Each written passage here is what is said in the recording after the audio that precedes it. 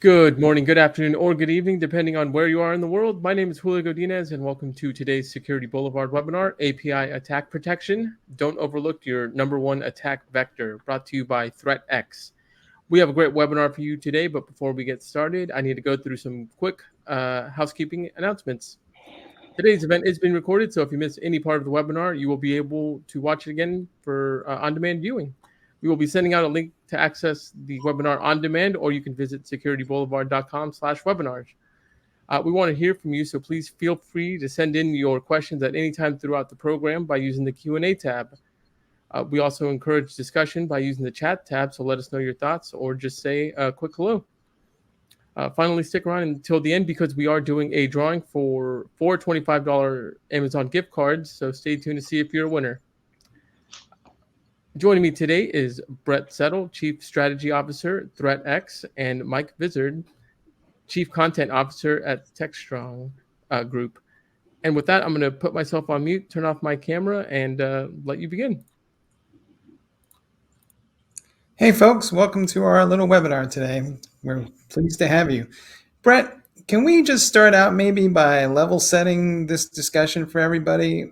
API security, and by definition, sounds like it should be pretty simple. It should just be another endpoint maybe in some people's minds, and yet we suffer. It's difficult. What exactly are the challenges with API security these days? Well, thanks, Mike. I guess the first challenge is just simply that there's an explosion of APIs that are out there, and so we're seeing just incredible adoption from a API perspective, and yet, as is usually the case, security does lag. And I think part of the reason really comes down to the fact that APIs, by their very definition, they're reusable. And so while that gives great flexibility to be able to support web applications, mobile components, other business opportunities that are out there, it also can lend itself to exposing certain vulnerabilities as it relates to things like authentication, authorization. The other kind of key that I think we look at or we observe is because APIs are kind of under the covers, they don't have the same visibility or set of eyes on them that I think the applications have had in the past. And so we see a lot of the attacks spend a lot more time in reconnaissance and kind of poking around, doing things to really try to identify those key vulnerable assets and then where they can load up on them. So. And do we need to worry about who creates these APIs and how we track them? We hear the phrase rogue API all the time, and I'm not sure everybody knows what that means either. But the idea is, of course, that there are sometimes APIs that people forget about. And why does that occur? Yeah, I mean, a lot of different names for them, whether it's rogue, whether it's zombie, shadow, there's a lot of different names out there. We kind of stick by, rogue APIs being those APIs that maybe were created, but were not specified. Maybe they were created as part of a test project, or maybe they were created as part of an initial business initiative, but never really got, recorded and established within a standard specification where folks had clear visibility to how those APIs were supposed to be used. And then for zombie APIs, I think, a lot of times, as I think you mentioned, those are APIs that often get forgotten about. Should be deprecated at this point, but are still out there, still exposed externally, and represent risk because, again, if they've forgotten about them, chances are nobody's really watching them and monitoring any activity against them. And there's an alphabet soup of technologies that people use to secure APIs over the years. There's DAST and SAST, and then there's SCA, and I think the other one is maybe web application firewalls. Everybody also, I don't know, they throw in proxy software, whatever they can think of. Mm-hmm. What is the relationship between all these different things? Do I need each one of them, or does one supersede the other? How should people be thinking about that? Well, the standard security answer is always you need security, in layers, right? So that's the easy out. But I think if you look at what each of those components is doing, there is some pre-production testing that you want to do. So you always want to try to identify as many of the vulnerabilities as you can ahead of time, and then shore those vulnerabilities up. Obviously, tool sets like API gateways or WAF, traditional WAF or legacy WAF style solutions, they can block a lot of the basics like your SQL injections, cross-site scripts. But as we look at the component nature of APIs, and the fact that the APIs can be used for a multitude of different purposes. And the attacks, as they've gotten more and more sophisticated, you're seeing these multi-step approaches where it's going to look, very much like a normal usage of that particular API. It's just being used by the wrong party, or the information that may be, returned back from the API is being used in a multi-step style of an attack. And so I think, while you still want to do their best to make sure that you're, mitigating as many of the vulnerabilities as you can, you also need to have a new approach, I think, that's more behavioral in context. It's more focused on seeing the end-to-end picture of how those APIs are being utilized to be able to identify anywhere where you see, specific potential abuses of their utilization. So, All right. And APIs typically generate some kind of schema. Is there some way to think about that as a governance tool or as a compliance tool, or how should people be looking at those schemas and tracking? Well, the good news is, I guess, for today's world, is that the majority of the APIs out there are RESTful APIs. And therefore, you can use an open API schema. You can define the methods that should be utilized. You can define the parameters. You can define the keys. So there's a lot of different things you can do within a schema. And I think, having some form of ability to compare that schema against what's really happening in production can be a very, useful asset, especially as it relates to, certain reconnaissance activities or attempts to maybe exploit, certain methods that, shouldn't be accessible without proper authentication or authorization. Can be a great way for you to be able to compare and contrast what you're seeing in the real world versus what your expectations were for their usage. The challenge is, and I think, by our own kind of statistics for our customer base, there's probably, 65 to 75% of the APIs that we see as we're doing API discovery actually are not initially a part of an API schema from the customers. So as we talked before, it's easy to deploy APIs. It's easy to forget about APIs that you may have deployed in the past. And so one of the biggest challenges, I think, that as we're talking to the customer base, is having that API discovery capability to, first and foremost, get the inventory of the APIs that are out there, and then be able to assess those APIs, as you said, against either a schema or potentially even a, customized format that allows them to, predicate what they expect in terms of the utilization for those APIs. Is there some reason in your mind why we're more focused on API security now? I mean, the issue's been around for a while, but at least I feel like I hear about it now almost every other day. And is there something going on in the world at large that's driving that conversation? It could be a number of different topics. I mean, I think we mentioned earlier just, the sheer nature of web and mobile assets, attempting to use kind of the same capabilities and same authentication services, same business services. But I think, even to compete in this global economy that we have today, more and more businesses, especially in the financial sectors, are requiring or demanding that APIs be made available in order to facilitate their business. And so it's almost a necessary requirement to play for a lot of organizations out there to be able to be a part of a marketplace or be a part of certain types of transactions or financial transactions. And then, the obvious is, modern applications can make great use of APIs. And so with that utilization becomes, part of the standard development lifecycle or standard development process where you can take advantage of those capabilities. So. Do you think that will increase? We hear a lot about software supply chains these days. We hear about the Biden administration having an executive order for the federal agencies. Is that all going to create even more intensity as we go forward in the next year or so? Yeah, there's really no way that it can't. And again, you're just going to see a continued, I forget the statistics, but, in terms of the growth of APIs, you look at what's going on, even with microservices and the way that those are now being exposed as well. You look at Postman collections and just the overall growth that you're seeing across that. And then, as you said, whether it's government or whether it's just business driving the utilization of the APIs, it's going to be, a continuation.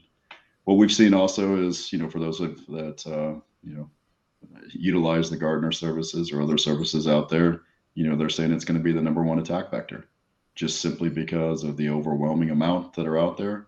And then, as we said, protection is still lagging as it relates to the overall adoption of APIs in general. So, All right. Well, you mentioned protection, and I think when I look into this space, there's a little bit of a subtle difference between protection and blocking that people don't get. So maybe you can kind of walk us through that a little bit in terms of what's the difference between something that says it protects something and then something else that actually blocks something.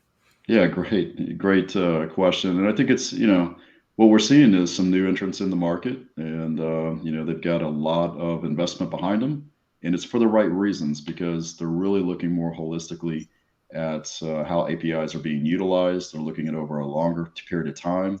They're incorporating things like user behavioral analytics so that, again, they can understand how the APIs are being utilized and then identify those anomalies in those areas where potential misuse or abuse is occurring. And it's a great way to provide detection of what happens. From my perspective, I liken it a little bit though to SIEM solutions of the past, where you had a lot of different data inputs from various log files being integrated together. You could write complex correlation rules, and then you could identify potentially areas that you were breached or at least certainly malicious or suspicious behavior. The challenge with a solution like that is when they take them offline. And that's why I maybe draw the analogy to a SIEM solution is because you're now taking data kind of out of an inline transaction, you're processing it kind of after the fact. And then as you write these very complex correlations that are out there, you're kind of stuck if you don't have an actual inline blocking mechanism as part of that detection perspective. Because what you ultimately find, you need to have the ability to actually block it then and there. Otherwise, you're coming back to try to block that behavior after the fact.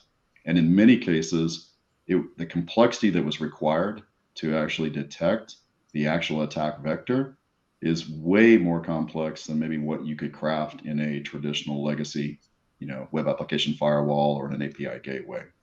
So while it's termed under the API protection category, it's a lot more akin to API detection or API malicious detection than it is actual protection.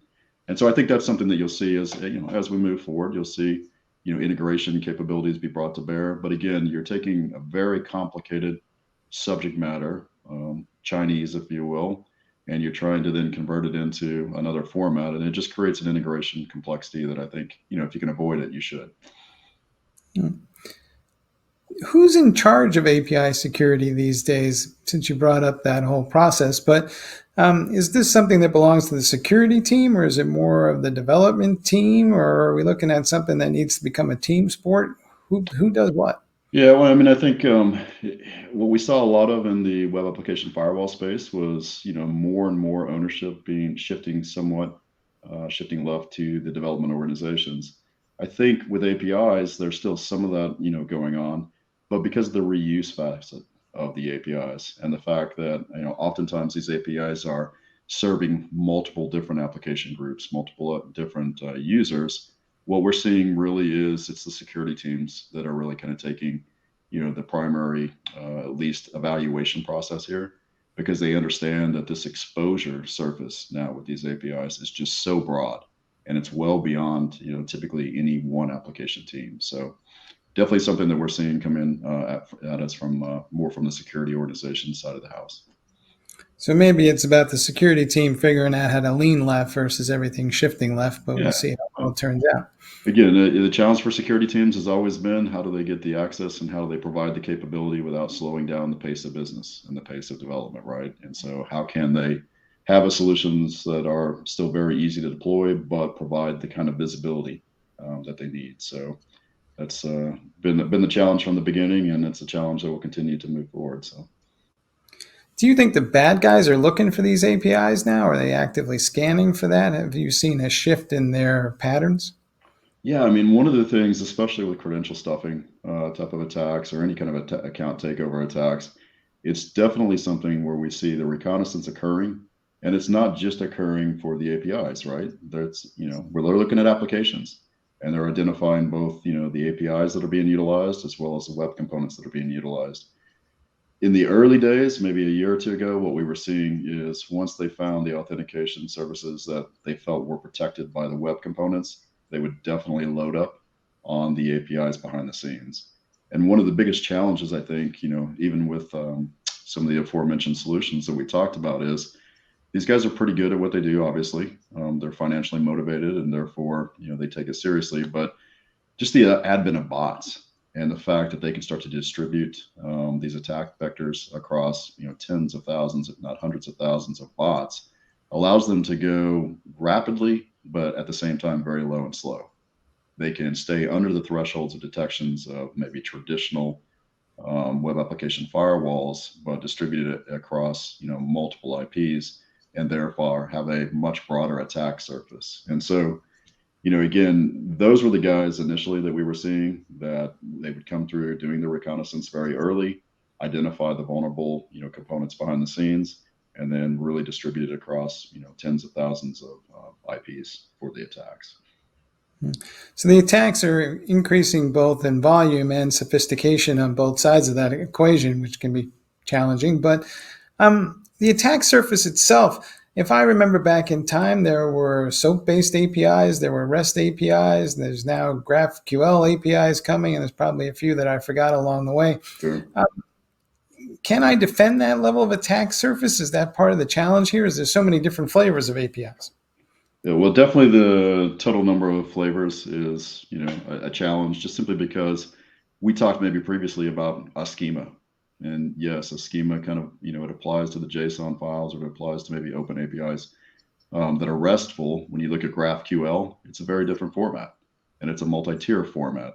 And so, the same way of evaluating those type of APIs is very different when you look at gRPC. And I think, we're seeing both of those, the increase in utilization of those type of APIs for different reasons, whether it's flexibility on the client side or whether it's just high performance, but they look very, very different from your traditional RESTful APIs. And so having the ability to kind of decompose each of these different formats into its base units and kind of flatten out the structures so that you have the ability to do a similar or the same level of inspection is incredibly challenging. And it's one of those things where I think as you look across the various vendors that are in the space, almost everybody can support your standard RESTful APIs. As you start to branch out into things like GraphQL or gRPC or Kafka, or you can keep going down the list of each of these different ones, that's where you start to see less and less coverage for them. And yet those are the ones that we see the highest growth rates in. So. Yeah. Of course, we hear a lot about best DevSecOps processes these days, and I just want to get your sense before we jump into a demo here. Do you think people are deliberately starting out to embrace those best practices, or is it more likely that they are taking on targeted tasks such as protecting the APIs, and then about 6 months later they wake up and go, hey, we're doing best DevSecOps processes, and that's great, but they're starting out with this kind of immediate crisis or immediate thing that they need to focus on? Or I guess I'm asking you, which one of these is the chicken and which one of these is the egg? Yeah, well, I don't have that answer for you. I'm sorry. I wish I did, but yeah, we're seeing, similar thing amongst our customer base. And I think the challenge has always been, for security in general, and even an API is really no exclusion to it. How do we automate this? How do we build it into our CI/CD pipeline? How do we ensure that we're, implementing the proper security protocols and, steps along the way? But at the same time, hey, look, we got to get new functionality out. We've got to actually support the business. We've got to do the things that we've got to do. And so, the challenge that was there before is still a challenge that's there today. And I think that's where, if I look across many of the new vendors, a lot of talk, or at least a lot of marketing around, hey, we're agentless. Hey, we're not going to impact your CI/CD pipeline. Maybe it's not a banned solution, so it's going to be a simple data collector. Pull this stuff offline. We can process it in our cloud and not impact your development cycles and things of that nature. And again, there's good reasons for approaching it from any one of these different directions. Challenge, I think, as we talked about before, is you want to have blocking. It's not really protection if you don't have a way to integrate the real-time blocking. And so you need solutions that can not only identify and kind of detect the complex attacks, but fit into that CI/CD pipeline. Make sure that it's an easy to deploy, that it's not impacting, the development services, but does have an inline component that allows you to actually, provide the blocking that's required. So it's a challenge, but I think there's certain technologies lend themselves better than other technologies to be able to support those kind of capabilities. So. All right, guys, we're going to jump into a demo because seeing is always believing, but I'm going to point you also to the chat button. If you have any questions along the way, I know Bret, he can multitask, so he can demo and actually check out chat questions at the same time, and he can respond to them as we go along. If we don't, we'll catch up to it on the other side of it, but let's dive in. Yeah, so I appreciate that and appreciate the opportunity, really. As we think about security in general, whether it's application security, API security, bot protection, DDoS security, we're always looking at it from a couple of different views. One is how do we actually focus on the actual attackers themselves, which we would call entities, and how do we also understand what are they targeting and be able to provide some, visibility and metrics as it relates to the risk associated with, each of the assets. And that's key, and we kind of lump all of that into our real-time analysis and real-time protection capabilities. On the other side of the equation is really how do we do some risk analysis, and we do that in an API catalog, and that's where we would do the API discovery, the schema enforcement. It's where we would provide the metrics around the various endpoints and an overall risk profile for each one of them. So I'm starting really for this piece, and I'll try to limit this. I mean, we can always go into deeper level demos for those folks who might be interested, but I'll hit a high level brush of our capabilities, and then we can get back together here. In this particular view, this is the attack dashboard. So what you're seeing is visibility of attack level information, and you can go back up to 90 days. You can look as granular as 30 minutes. You can look, as I said, out to 90 days. You can also, pick particular time ranges that fit maybe with something you've seen historically on some of your other tool sets that are out there. In our case, we can provide, access to multiple sites or multiple domains. So what I've got here is just a handful of kind of honeypot type applications. It makes demos pretty easy. You don't have to do a lot of work. And then, it's multi-channel. So the ability to, support MSSPs, the ability for large organizations to kind of bifurcate different business units or different groups, and then have multiple tenants, established underneath them. The views you're seeing here are really, primarily a security analyst view. So quick references to during this period for the sites or the groups that have been selected, total number of requests that have come through, how many of those have been blocked. You also have, a large portion of these that are also just security matches. Maybe didn't result in a block, but were things that were being collected as suspicious behavior, and ultimately then contributing to an overall risk profile that we have created for each of these unique entities. So in this particular viewpoint, you're seeing, relatively small number of hits, 228,000, almost nothing, but we have taken all of the suspicious and malicious transactions and correlated that back to 39 unique entities. And then what you're seeing is kind of the relative risk for each of these. A couple of these have made it into an above 70 threshold, at which point we're going to go ahead and block at the entity or the IP level. Some of these are working their way up the risk profile. So we may see, early stage scanning, early stage kind of mapping type of activities. Nothing necessarily that we had to block at the IP level, but if we did see specific, request level things, we would end up blocking them. And for each of these, you can kind of jump into them. So, in this particular case, they're pirate names and concatenations. What you're looking at here is the high level set of information around where they're coming from, maybe the user agent information. Oftentimes we'll see the spoofing of the user agent information. And then the collection of items that we detected and how those in aggregate cumulatively add up to the risk score. And so for this particular one, you'll see that, we've got the details around the agent, the TLS fingerprinting that we performed, what path they were targeting, any parameters that were being picked up. And then in this case, hey, look, it's, pretty simple here. It's some form of bot that's actually throwing various attempts to access WordPress. Individually, fairly low risk, but as you look at this from a cumulative perspective, each of those attempts continues to increment the overall risk. And then ultimately, we ended up going ahead and blocking these guys because it's clearly not a normal user. And it's something that doesn't need to stay in the normal flow of traffic. As you look deeper down, you're going to see lower risk items.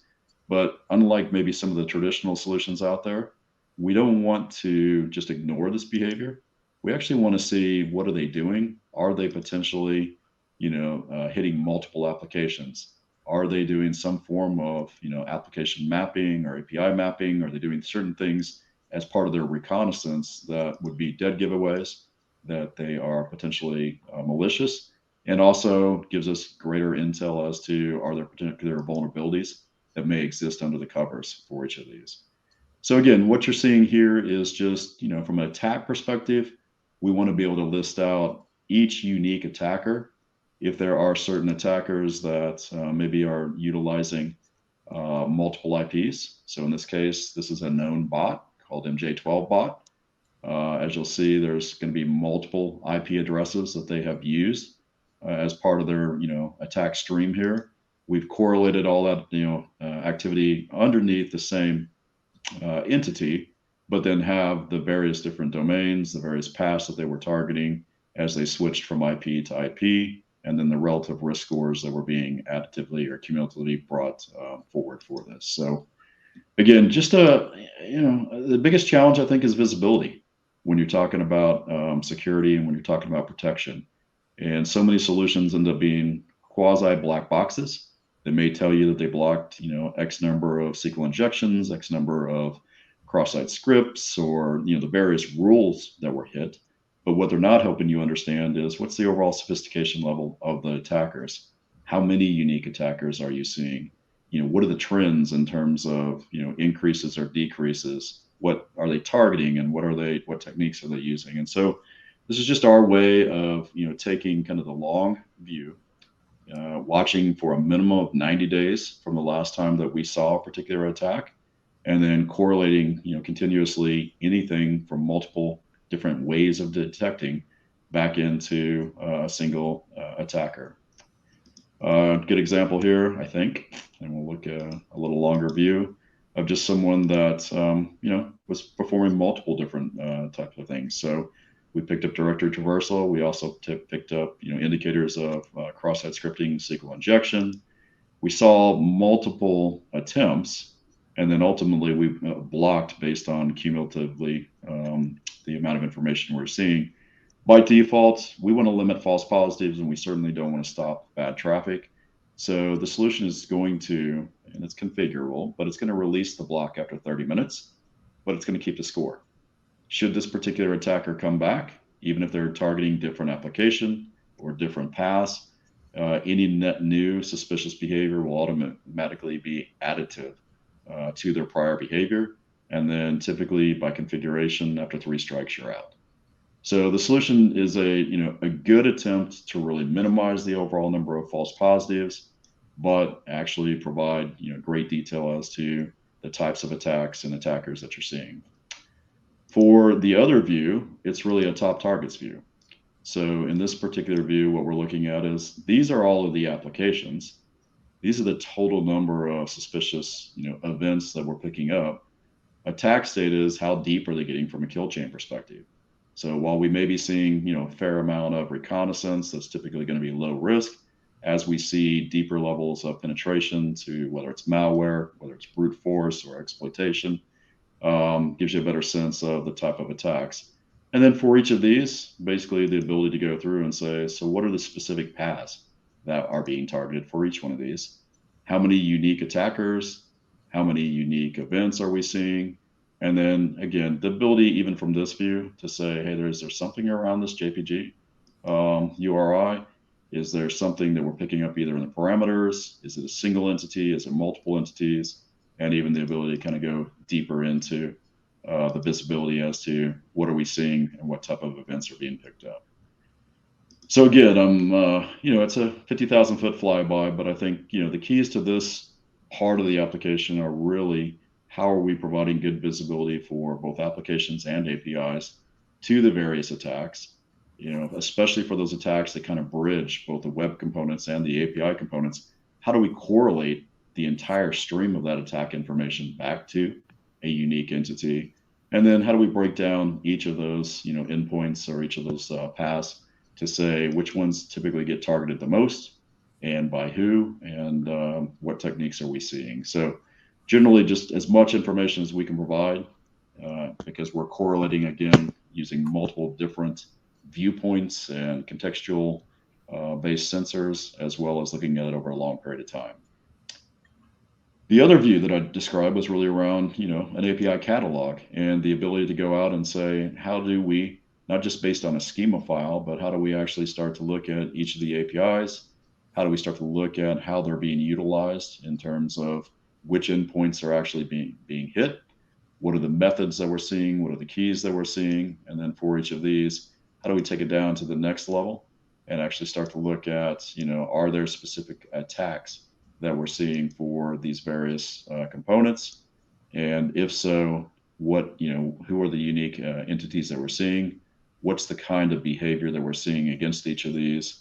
The various error codes, which then can decode into the kind of behaviors that we're picking up. And again, these are typically what lead to identification of the various reconnaissance aspects, and ultimately lead to, if you look at the OWASP API kind of top 10 list, you want to be able to see multiple attempts, not just for a single endpoint, but across endpoints that help you understand if they're using, if they're trying to enumerate through IDs, or if they're trying to go through other, broken object level authentication or authorization type of attacks. So just a different way to kind of slice and dice the data. Whereas the dashboard is looking at attacks, the actual catalog is saying, now how can we show you the details behind each one of these particular endpoints, show you everything that we've observed versus what we're seeing in the schemas, as well as any attack data that we can bring forward to help you better understand the type of behaviors. And then ultimately, this is basically, it's in development or continuing to be rolled out as we speak. But as we decode the various information that's in here, then the recommendations. So in most cases, we'll already have virtually patched whatever attack patterns we're seeing, but the vulnerabilities may still exist in the underlying code. So how do we bring forward the information so that if we're seeing those vulnerabilities, it's something that you now understand and can address behind the scenes. The other thing that we talked about, and I'll just touch on it briefly, is the ability now to import the schemas. Not just import an existing schema, but also perform customization on the schemas. So what you see here is just the ability where we pulled in, a test schema here for ThreatX, and then we're able to say, hey, X number of these endpoints are compliant versus some of the endpoints that we were seeing that may or may not have been non-compliant. First indicator that there's something I need to look at, and then the ability to go in, through each of these and actually look at the details behind them. And then if necessary, I can import a schema so that I can compare and contrast the actual usage versus what's in the schema. And then ultimately, the biggest challenge that I think, and this is something that, is going to be a major release coming up here in a couple of weeks. And that is the feedback we're getting from customers is, hey, getting the development organizations to constantly manage those schemas is always a challenge. There's multiple versions of schemas. So, do we need to look at multiple versions of these schemas? How do I define what should be appropriate and what shouldn't be appropriate? So the newest thing that's coming out for us is really the ability for you to actually manage the schema from a security aspect, so that if we're triggering and saying, hey, this method is not part of your schema, or we're seeing that these parameters are not part of the schema, but they really should be, then you can basically downgrade those alerts. Or if it's something that you think should be included, then that's the conversation that you have with your development team to ensure that you update the schemas. But in the meantime, we can tune the solution so that you're only being triggered on the information that you really want to see that you haven't reviewed yet. So it's kind of looking at any of the changes that are coming through, giving you visibility to it, and then the ability to kind of add your disposition so that you can enforce what you need to enforce, while not necessarily triggering thousands upon thousands of false positives coming through. So So those are the highlights. I mean, I'm not going to go too much deeper into the application from here. I just wanted to give, a broad-based view in terms of the types of capabilities, in terms of adding new domains. Very simple. There's a lot of key features here in terms of how you can add the domains, how you manage the sensors, a lot of integration capabilities to take the logs and feed these into multiple SIM or source solutions. You can do rule management.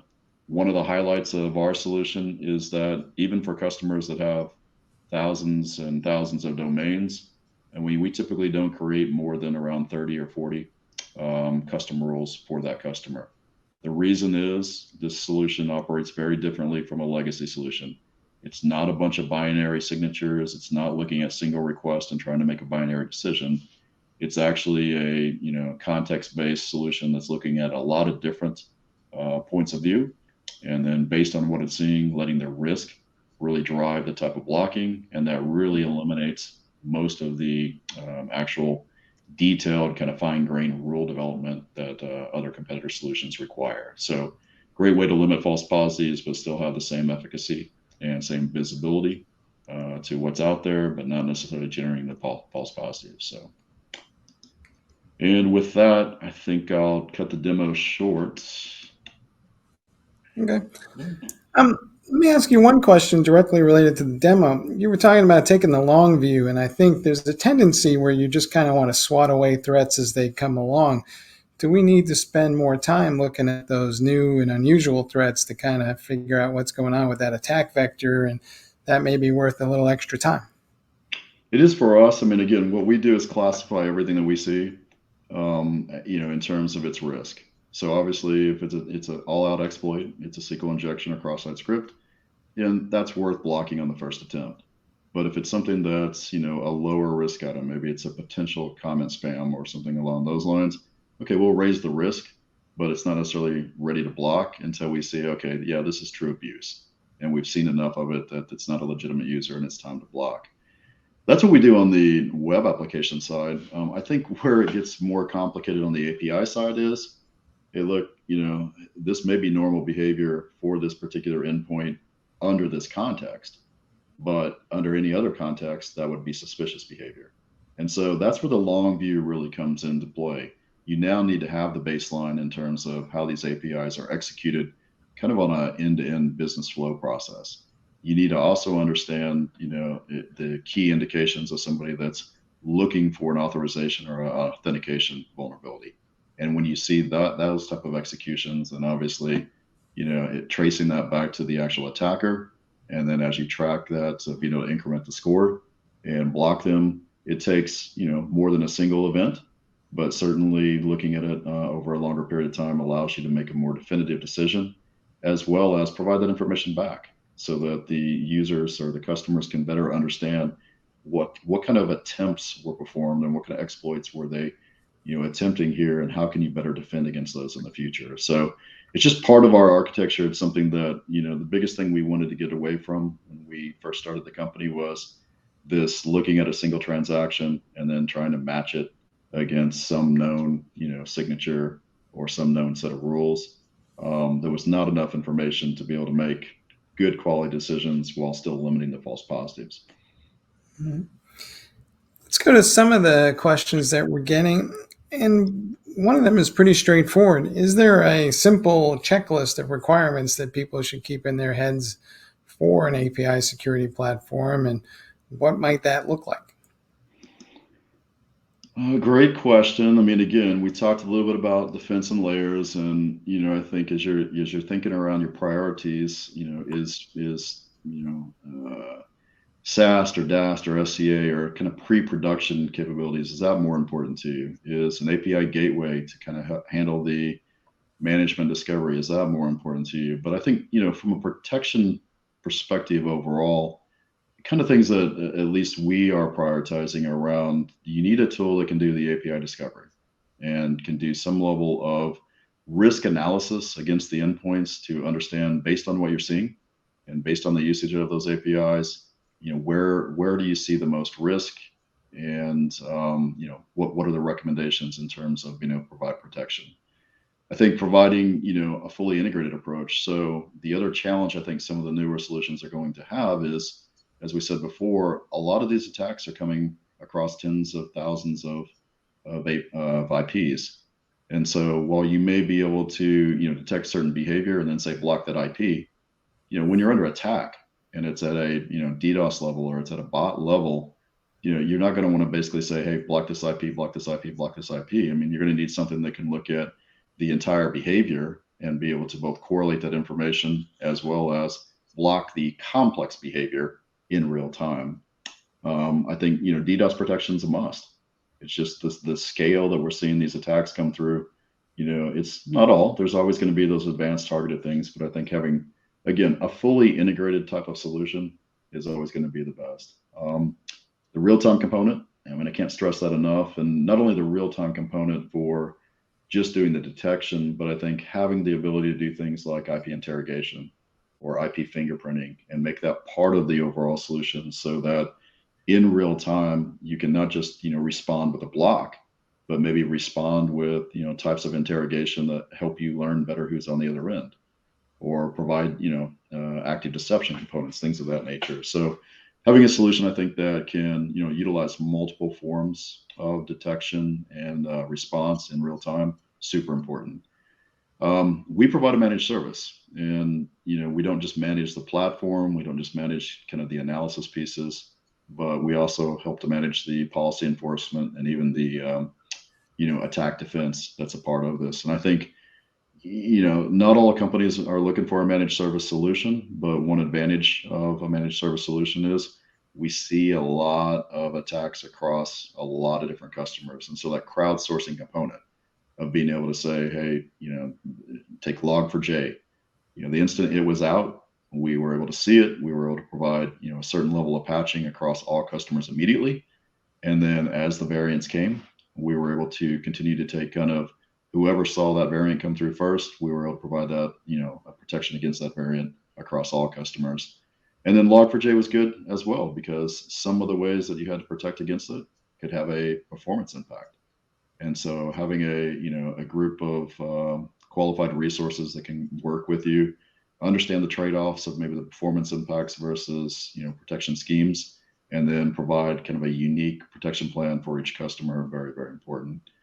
And then I think it's about the deployment. And you talked about it before with the DevOps and kind of the CI/CD pipeline, but having solutions that give you that flexibility to deploy ideally in line, as we talked about, but as an agentless solution, so that there's not a lot of maintenance required for your DevOps organization. There's not a lot of taking care of virtual patches and other upgrades to the various sensors that are required, and then an agent-based solution. So that's that's not everything, obviously, but I think those are the kind of the criteria that we see as being important to have the most holistic solution right now. Yeah.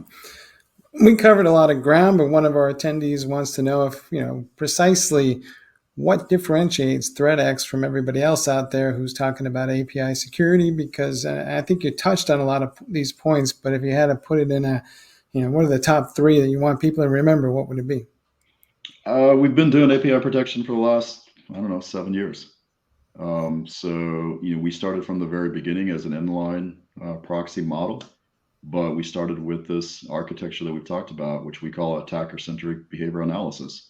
And so, we're not new to the API security game. We've been doing it for 7 years now. And I think we've learned a lot along the way, especially, a lot of what I talk about as it relates to, this kind of seeing it in full context, seeing it over a longer period of time, of being able to take that level of complexity from a detection capability and, make sure that you block at the appropriate times. Those are the lessons learned, I think, that we've already covered in the past. I think having the managed services component, that was not ever part of our original game plan. But I think as we kind of deployed these capabilities, what we found is it didn't matter the size of the company.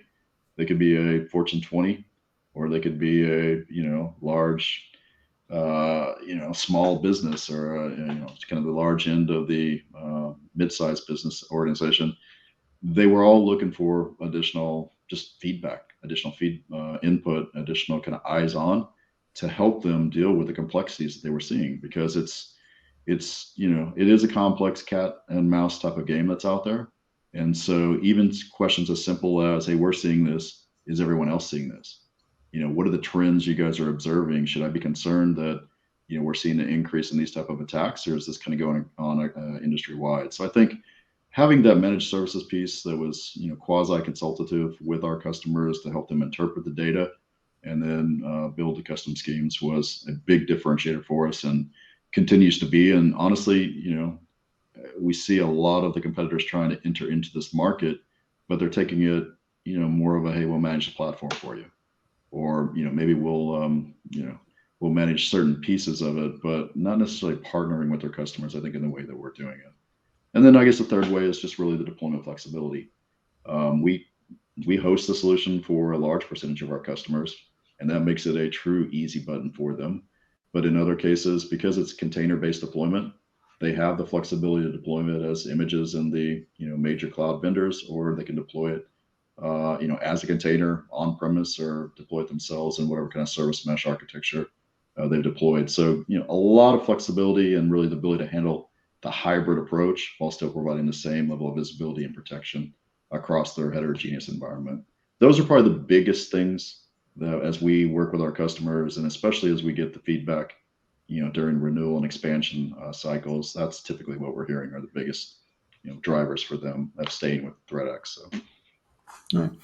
Speaking of that and staying with ThreatX, there's a question here about, well, what kind of support am I going to get once we deploy? Because, frankly, a lot of times IT organizations or security people, once they sign the contract, they're on their own. So, how much are you guys going to show up, and what kind of aid are you going to provide? Great question to go through. So I think, I sometimes kid about this, but there's a lot of truth in the statement. For our managed services organization, about 50% of their job is security, and about 50% of their job is just assisting customers with the implementation or with the deployment. And really, it's the management, kind of post-deployment. I think customers, kind of unilaterally, they're supporting a lot of different environments, and there's a lot of different application teams to work with. And so, just ensuring that things are going smoothly, ensuring that as they migrate from one technology stack to another technology stack, as they, potentially have issues, troubleshooting and understanding, is it a security solution issue, or is it something else kind of deeper in their application stack? I think those are definitely areas that are super important to the success of the overall deployment. When we do proof of concept around the technology, a lot of times because of the flexibility, we can be done in 2 weeks. Some customers take 2 months, but the reality is the deployment itself is going to go extremely smooth because it's a very simple deployment. Where the customers get the best exposure to really what they're going to get is, we're going to treat them even during a POC like a regular customer. That means our SOC is going to assist in the initial installation. Our SOC is going to do some of the initial kind of tuning and oversight to get the trends and understand their particular environment. Then our SOC is basically going to provide back some generalized feedback at the end of a proof of concept that basically says, hey, this is what we're seeing, and not only this is what we're seeing, but this is kind of how you compare it to other customers that are similar to you. And so, we're holding, I wouldn't want to say holding their hand all the way through, but it's definitely a white glove treatment. And I think, when one of the things that I'm most proud of as a company and as an organization is when you look at our NPS scores or our customer sat surveys. As a founder, I'd love to be able to tell you that they go, wow, the technology is super cool. But 9 times out of 10, what they're really talking about is working with the ThreatX organization. Really gives me the confidence. Quotes like, I get my nights and weekends back, or I sleep better at night just simply because I know I've got a second set of eyes kind of monitoring it. So I think that's our approach. Again, it wasn't part of the original business model, but I think just watching the business grow and really watching it, as I said before, it doesn't matter the size of the company. There almost always will welcome an extra set of eyes to not just commiserate with, but really troubleshoot and address the issues as they come up. So. Yeah. On a subject near and dear to my heart, you were talking about containers briefly. Yep. Do you think the rise of containers and microservices is going to drive a lot more of this complexity? And sometimes, entire containers are ripped and replaced. Sometimes entire APIs are ripped and replaced. So is the whole environment becoming much more dynamic? Yeah, I mean, no doubt about it. And that's, exactly what we're seeing. I think 3-4 years ago, container-based or microservice deployments were kind of on, the small end of what we were doing. And I think as we're looking, forward, almost everything is, got some element of containerization or some element within their overall topology of their applications is kind of the direction that they're taking and migrating towards. So definitely seeing those trends in the marketplace, definitely seeing kind of that transition. And again, definitely an area where reverting back to the managed services, it's a major piece of what our guys do all day. It's helping the customers as they migrate from one stack to another, or as they expand the stack. And then also, as we see the changes and the trends or anomalies or things of that nature, helping them kind of troubleshoot as to how much of this is kind of self-inflicted versus how much of this is truly external, things that you need to worry about. So it's a major part of what we're doing.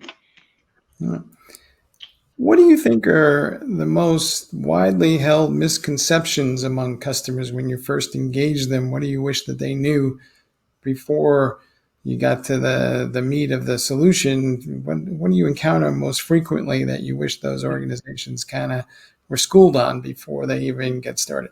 No, great question. I think, everybody's on a continuum, but I think most people are on the front end of that continuum in terms of understanding fully. And we've talked about it a lot in this podcast or in this webinar that, what does API security mean? Is it just, pre-production testing, or is the API gateway enough?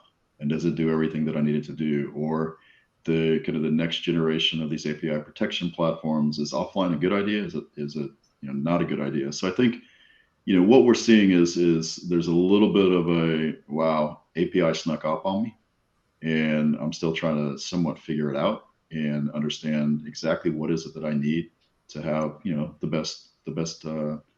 the best approach possible here. And so I think that's where a lot of what we're doing in some of the early, sessions with prospects and customers is really, laying the groundwork to say, this is what we've been doing for 7 years now. And, here are kind of the key components that have been very successful for us, and the things that we think are, really needed. When you look at the OWASP top 10, it's almost comical to me that, a lot of vendors are going down and saying, yep, I do everything that's on here, and I do it 100%.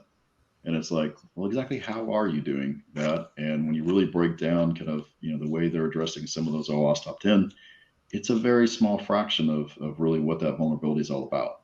And so I think, just the overall education level is still on the front end, I think, for a lot of these customers, and the best ways to really address both the vulnerabilities on one side, and OWASP is a great resource for that, but then also, the actual real-time protection. Those are the two areas that I think folks are just starting to come to terms with, what's really required to be successful in the protection landscape here. So It seems like to me in this industry, you can't go more than 10 minutes without somebody using the phrase AI. Is AI going to save us from ourselves in this space, or do you think it's always going to be a matter of just getting the work done, the hard work, and then doing the analytics? Or what might we look forward to in the future?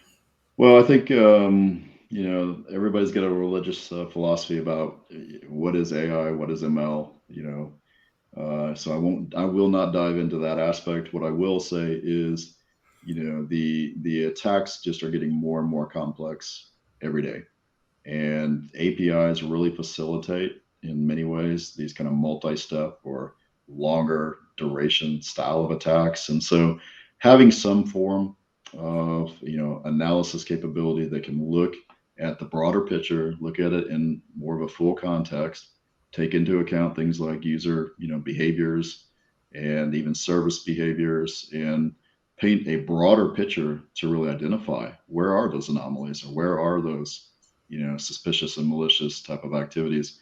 It's required. I mean, we're not going to be able to keep up with this, the rate and pace of the attackers without having those type of technologies baked into our solution. So definitely see that becoming just table stakes as we move forward. I just think it's a big transition. If your entire security or your entire platform is built around looking at a single transaction and making a binary block or don't block decision, you can't keep up. You've got to have something that's looking at a broader view here. So, All right.